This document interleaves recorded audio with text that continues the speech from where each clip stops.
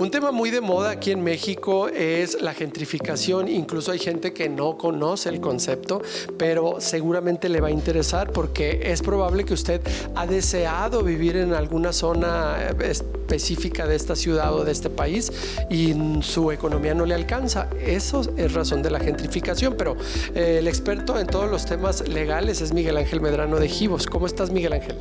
Muy bien, con gusto de estar con ustedes. Platícanos, primero hay que explicar qué es la gentrificación para que la gente pueda comprenderlo. La gentrificación ocurrió después de la pandemia, porque en la pandemia los seres humanos descubrimos que podíamos trabajar a distancia.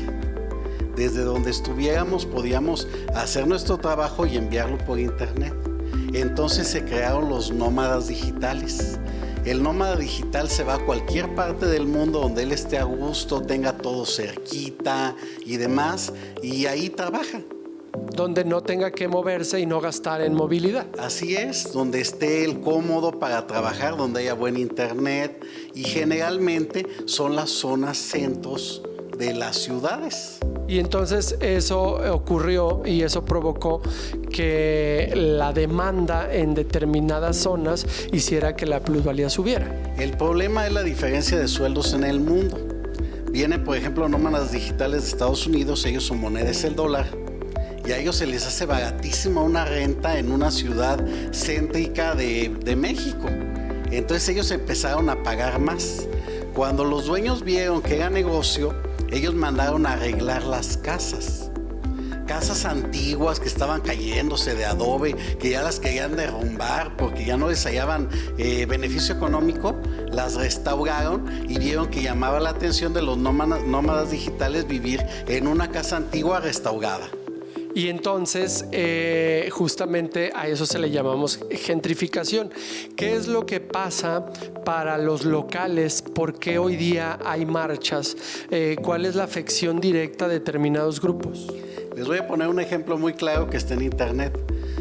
Hoy día la vecindad del Chavo seguían cuartos de renta de Airbnb. Ajá. ¿Y quién viviría ahí? Extranjeros, nómadas digitales.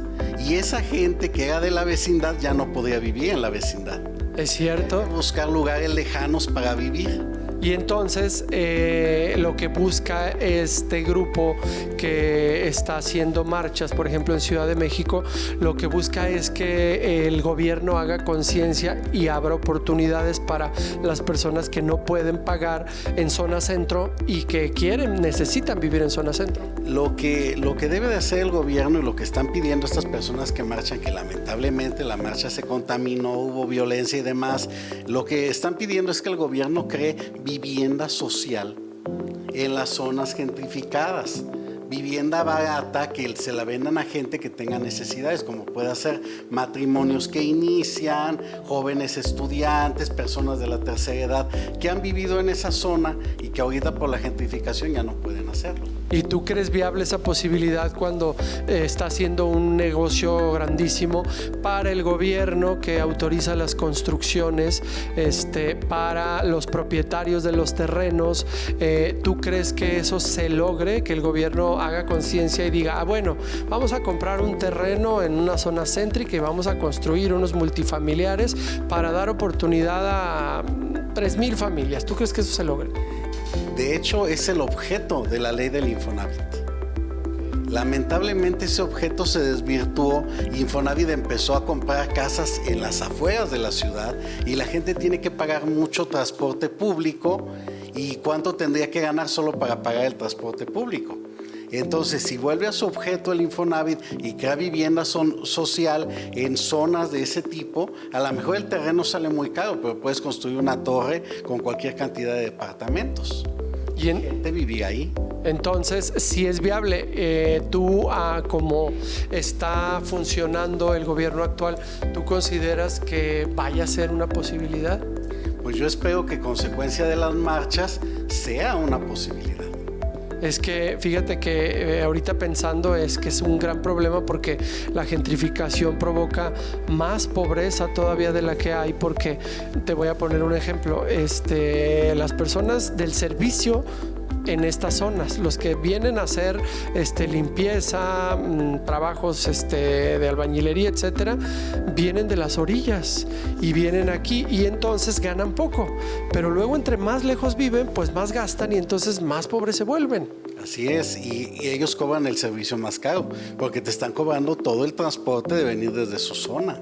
Y entonces quiere decir que la gentrificación también les afecta a los ricos que viven en el área gentrificada. Así es, a todos nos afecta, a ricos y pobres, porque la gente que vive fuera de la ciudad pues tiene que trasladarse a trabajar al área gentrificada. Y luego por eso no haya personas de mantenimiento, porque no quieren venir para acá de lo caro que les sale, ¿verdad? O te quieren cobrar muy caro. También. Y luego, por ejemplo, los ricos como tú, Miguel Ángel, ¿qué hacen? Se pone nervioso, no se cree. Dice Miguel Ángel, no digas eso. Es broma, es broma. Oye, hablando otra vez de la gentrificación, este proceso, ¿cuándo es posible que digas, ya se gentrificó la zona? La zona se gentrificó desde el momento en que tú ves que vivienda antigua no la están derrumbando, la están restaurando. Yo les voy a decir un área gentrificable que hay aquí en Guadalajara, el centro histórico. ¿Por qué? A ver, explícanos. Porque ese centro histórico está abandonado porque hay un montón de requisitos para remodelar las fincas. ¿Es cierto? Y las fincas están abandonadas y son finconas viejas enormes que ya se les cayeron los techos. Ahí sería bueno que hubiera una inversión de gente que quiera gentrificar, restaure nuestro centro histórico y ahí quedaría bien que gentrificaran.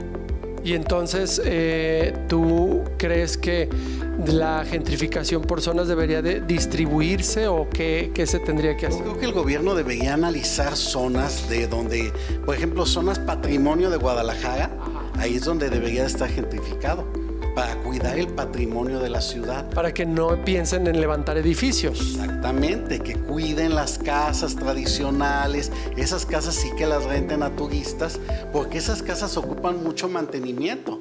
Y teniendo turistas puedes dárselos. Sí, porque lo que ha pasado hoy día justamente es que esas propiedades resulta tan caras mantenerlas que de repente los propietarios reciben una oferta por parte de una constructora y luego les dicen, pues te voy a dar 5 departamentos de mi torre y te doy una lana y ya suéltame el terreno. Y los que ya no pueden mantener sus casas dicen, claro. Así es, sobre todo porque son casas antiguas, son casas que ya les fallan las cosas, que a lo mejor hay que cambiarles todos los tubos, tanto de drenaje como de agua. Entonces esas casas abandonadas, en lugar de que estén abandonadas, lo mejor es restaurarlas y recuperar el patrimonio de la ciudad. Pero eso solamente lo puede hacer el gobierno, porque luego por la vía privada, ¿quién te va a ayudar a darte 4 millones para restaurar tu casa, que ahí vas a vivir, que no le vas a sacar tanto provecho y entonces solamente el gobierno puede hacerlo? El gobierno debe apoyar a los particulares que quieran restaurar esas casas para Airbnb, por ejemplo. Quitarles, a lo mejor no los requisitos porque son casas patrimonio, pero sí apoyarlos en las licencias municipales, hacerles un descuento, etcétera, para repoblar nuestro centro de la ciudad y sobre todo cuidar nuestras casas patrimonio. Exactamente, porque además tiene que ver con la identidad, tiene que ver incluso hasta con el turismo, conservar esos espacios y además pues provocar la no gentrificación o la gentrificación. ¿Qué es lo que...? La gentrificación, por ejemplo, imagínense qué bonito sería que el centro de Guadalajara estuviera poblado y que hubiera familias caminando por esas calles. Eso es cierto. Oiga, pues es un tema muy, muy amplio, pero ya por lo menos tuvimos un contexto muy claro. Muchas gracias, Miguel Ángel. Gracias a ustedes. Continuamos con más aquí en Giros.